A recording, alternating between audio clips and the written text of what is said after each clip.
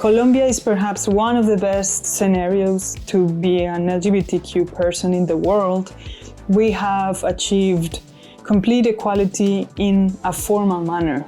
We have complete freedom about gender confirmation processes, access to healthcare, name changing, ID representation. The problem is, of course, the implementation of those legal promises. That is the one challenge we face, and that is where most of our work is focused.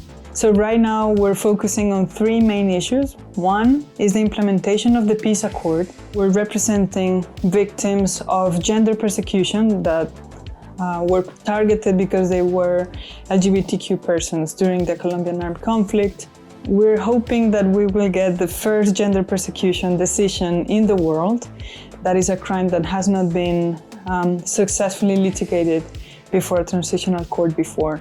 And the last thing that I would highlight right now is even though Colombia ratified the 1325 resolution almost more than 20 years ago, we have never had a national action plan.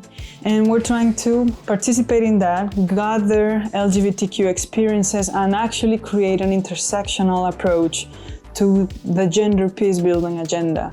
Then we are also part of the Without Violence network, Sin Violencia.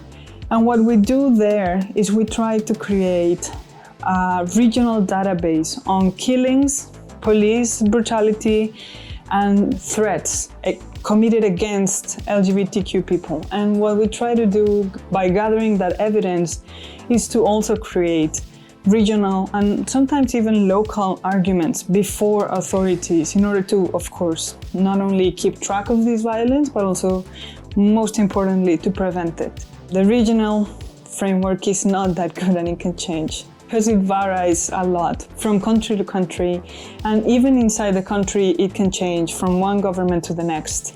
I will be one of the 4 speakers this upcoming 20th of March before the Security Council of the United Nations.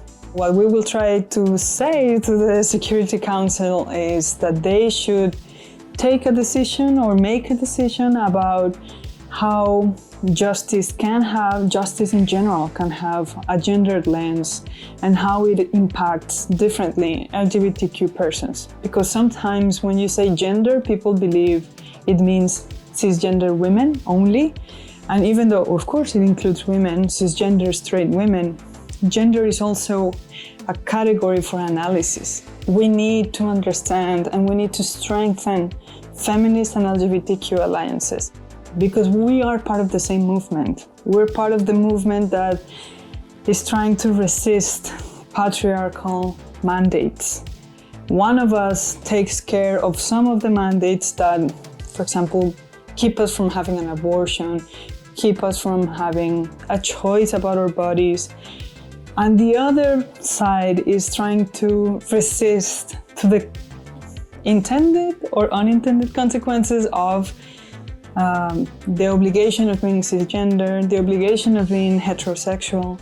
When we join forces, it becomes a more realistic approach against the patriarchal system.